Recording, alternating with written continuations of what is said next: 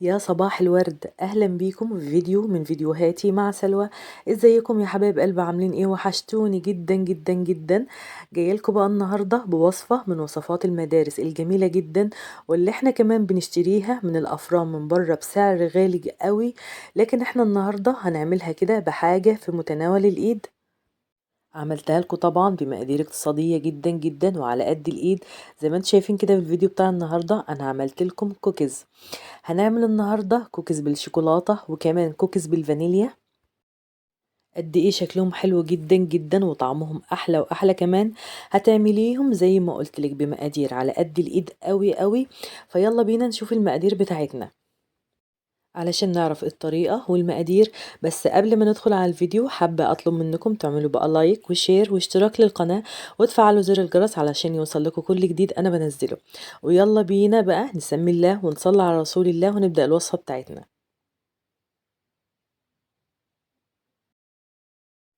أول حاجة في بولة عندي كده هنزل فيها بنص كوباية من السمنة. السمنة دي أنا مخرجاها من التلاجة بدرجة حرارة المطبخ، علشان كده هي سايحة كده معايا، فمش ماسكة قوي ولا سايحة قوي برضو، بالشكل ده زي ما انتم شايفين. وهنزل عليهم كمان بنص كوباية من السكر البودرة، وهنخله كده علشان لو في أي تكتلات معايا بالشكل ده. نخلت السكر البودرة، وممكن طبعا تستبدلي السمنة هنا تستبدليها بالزبدة لو انت حابة. يبقى أنا عندي دلوقتي نص كوباية من السمنة بدرجة حرارة المطبخ، نزلت عليها بنص كوباية من السكر البودرة، دخلت السكر بالمصفى بالشكل ده. وبعد كده هبدأ ان انا اخلط السكر مع السمنة كويس جدا جدا بالشكل ده زي ما انتم شايفين، لحد لما الخليط يبقى لونه فاتح معايا. شايفين لون السمنة ابتدى ان هو يفتح معايا ويبقى لونه ابيض، وهو ده اللي انا عايزاه. وبعد ما الخليط بتاعي يبقى بالشكل ده زي ما انتم شايفين كده، هنروح جايبين ايه، هنجيب بيضة، والبيضة برضو بدرجة حرارة المطبخ، يعني ما تكونش في التلاجة. وطالما حطينا بيض يبقى لازم نحط نقطتين من الفانيليا، طبعا من فانيليا بودرة او فانيليا سايلة، الاتنين ينفعوا طبعا، مفيش اي مشكلة خالص. حطيت نقطتين من الفانيليا السايلة بالشكل ده. وهنبدأ بقى نخلط البيضة مع السكر والسمنة كويس جدا جدا بالشكل ده زي ما انتم شايفين، لحد لما تروح معالم البيضة تماما. هخلط بالشكل ده. خلاص كده اهو، شايفين بقى العملية سهلة جدا جدا. ما استخدمتش لا مضرب كهرباء ولا عجان ولا اي حاجة خالص، كله بالمضرب اليدوي بالشكل ده زي ما انتم شايفين. مفيش اسهل ولا ابسط من كده. بعد كده هبتدي ان انا اضيف عليها رشة صغيرة كده من الملح، وكمان حطيت عليها معلقة كبيرة من النشا.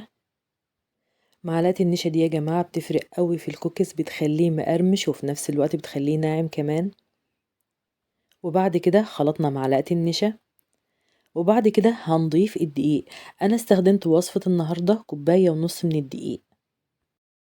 المقادير بتاعت النهاردة مظبوطة 100%، اعتمديها مني، هتطلع معاكي على الشعرة زي ما بيقولوا. هنزل كده بالدقيق بتاعي وهبتدي ان انا اقلبه مع المكونات، هخلط كده المكونات دي مع بعضها بالشكل ده زي ما انتم شايفين، لحد طبعا ما العجينة بتاعتي تتشرب كل كمية الدقيق. وبعد كده هنزل عليهم كده بمعلقة صغيرة من البيكنج باودر. نزلت عليهم معلقة صغيرة من البيكنج باودر، هقلب بقى كل المكونات دي مع بعضها كويس بالشكل ده. بدأت ان انا اخلط كل المكونات دي مع بعضها لحد طبعا ما العجينة بتاعتي تتشرب كل كمية الدقيق اللي انا حطيتها لها. طبعا انا حطيت كمية الدقيق، بس دي مش كل كمية الدقيق اللي احنا محتاجينها، لسه هي عايزة دقيق تاني.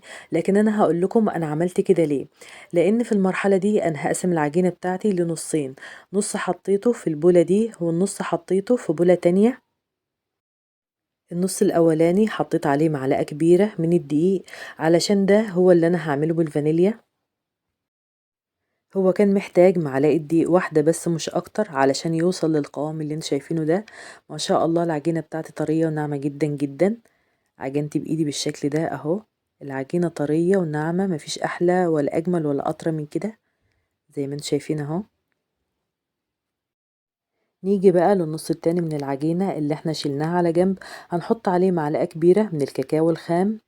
يعني احنا في الاولاني حطينا عليه معلقة كبيرة من الدقيق، لكن التاني حطينا عليه معلقة كبيرة من الكاكاو. هبتدي ان انا اعجن بايدي بالشكل ده. عجنت كده بايدي بقى علشان الم كل المكونات مع بعضها كويس جدا بالشكل ده زي ما انتم شايفين. وبرضو اما بعجن كده بايدي كده بتحسي كده بملمس العجينة كده وانت بتشتغلي، وبتحسي بكل حاجة كده في ايدك بالشكل ده. عجينتي طرية وزي الفل. كده خلاص احنا خلصنا الاتنين، الفانيليا والشوكولاتة خلصناهم، وهنبدأ بقى في التشكيل. جبت هنا عندي شوكولات شيبس، وجبت هنا عندي صاج دهنها دهنة بسيطة كده من الزيت. وبدأت كده ان انا اكور كده العجينة بتاعتي لكور صغيرة قوي من العجينة البيضة بالشكل ده. وهبدأ بقى ان انا احطها في الشوكولات شيبس، وهغرزها غرزة كده بالشكل ده زي ما انتم شايفين.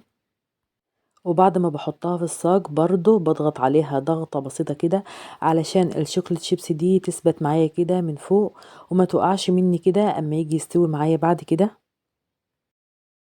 شايفين انا بضغط ضغطة بسيطة جدا مش كتير، انا مش ببططها قوي، انا بس بضغط عليها ضغطة بسيطة بالشكل ده زي ما انتم شايفين، علشان حتى اثبت عليها الشوكولات شيبس من فوق علشان ما تقعش مني كده بعد السوي. هنبدأ بقى ان احنا نخلص بقى الجزء اللي هو الابيض اللي هو بالفانيليا ده بالطريقة دي. ودي طبعا اسهل طريقة لوضع الشوكولات شيبس، بدل بقى ما تقعدي بقى تحطي واحدة بواحدة كده في كل بسكوتاية، دي اسهل طريقة بالشكل ده زي ما انت شايفة. تكوري العجينة بتاعتك كده لكرة صغيرة وتغرزيها كده في الشوكولات شيبس، وبعد ما تحطها في الصينية تضغطي عليها ضغطة بسيطة كده، ما تفرديهاش قوي، مش عايزاك تبططيها. تضغطي بقى بس ضغطة بسيطة كده عليها علشان تثبتي عليها الشوكولات شيبس. وكده خلاص احنا بقى خلصنا اللي بالفانيليا. هنشتغل بقى باللي في الشوكولاتة، باللي بالشوكولاتة برضو هنكور برضو بنفس الطريقة، هنكور لكور صغيرة كده، وهنحط برضو في الشوكولات شيبس بنفس الطريقة. نفس الطريقة هي يا جماعة. يعني هيبقى عندك نوعين من عجينة واحدة، طلعنا منها اللي بالفانيليا واللي بالكاكاو اللي هو بالشوكولاتة. يعني عجينة واحدة طلعنا منها نوعين. بجد فعلا يستاهل منك التجربة لانه حلو جدا جدا جدا، اولادي كانوا هيتجننوا عليه من حلاوته. وطبعا انا بشتريه من الافران، ما بيبقاش بنفس النظافة وبنفس الحلاوة اللي انا عاملاها في البيت، وكمان بيبقى غالي. يعني تيجي لو جيتي تحسبيها هتلاقيه غالي، اما تكوني بتشتريه من الافران عم تعملي الكمية دي عندك في البيت بتبقى اكتر وارخص كمان. كده خلاص خلصنا بقى الكمية بتاعتنا. هدخله بقى الفرن على درجة حرارة 180 درجة، وهشغل من تحت الأول، وبعد كده أول ما تلاقيه احمر معاكي كده من تحت اطفى عليه من تحت وشغل عليه الشواية من فوق، يدوب بالظبط دقيقة أو دقيقتين لحد لما ياخد لون كده من فوق. وده شكله أول ما طلع من الفرن، قد ايه جميل جدا جدا، وزي ما انتم شايفين كده سهل وبسيط وما أخدش مقادير كتير. يعني حاجة بسيطة جدا، ومن عجينة واحدة بس طلعنا النوعين اللي انتوا شايفينهم دول. يعني ما عملناش بقى دي عجينة ودي عجينة، لأ، العجينة واحدة طلعت لي النوعين والاتنين أحلى من بعض. شايفين بقى الجمال؟ شايفين ما شاء الله هش ازاي؟ زي ما قلت لكم حاجة في منتهى الجمال. وفي نفس الوقت كل ما بتقعد معاكي كل ما بتلاقيها ناعمة معاكي قوي. دي طبعا بالفانيليا والتانية طبعا بالشوكولاتة زي ما انتم شايفين كده. شايفين الجمال؟ بسم الله ما شاء الله، والطعم روعة والله يا جماعة. نفسي بجد اوصل لكم جمال الطعم قد ايه كان رهيب. وبس كده يا حبايبي، خلاص نكون خلصت الوصفة بتاعت النهاردة. يا رب وصفة النهاردة تكون عجبتكم، وانا طبعا تحت امركم في اي وقت، لان انتوا اخواتي واصحابي وحبايبي، ما اقدرش اتاخر عنكم في اي حاجه. اللي يطلب مني وصفه على طول اعملها له من عينيا الاتنين. وانا مستنيه رايكم في التعليقات، والسلام عليكم ورحمه الله وبركاته.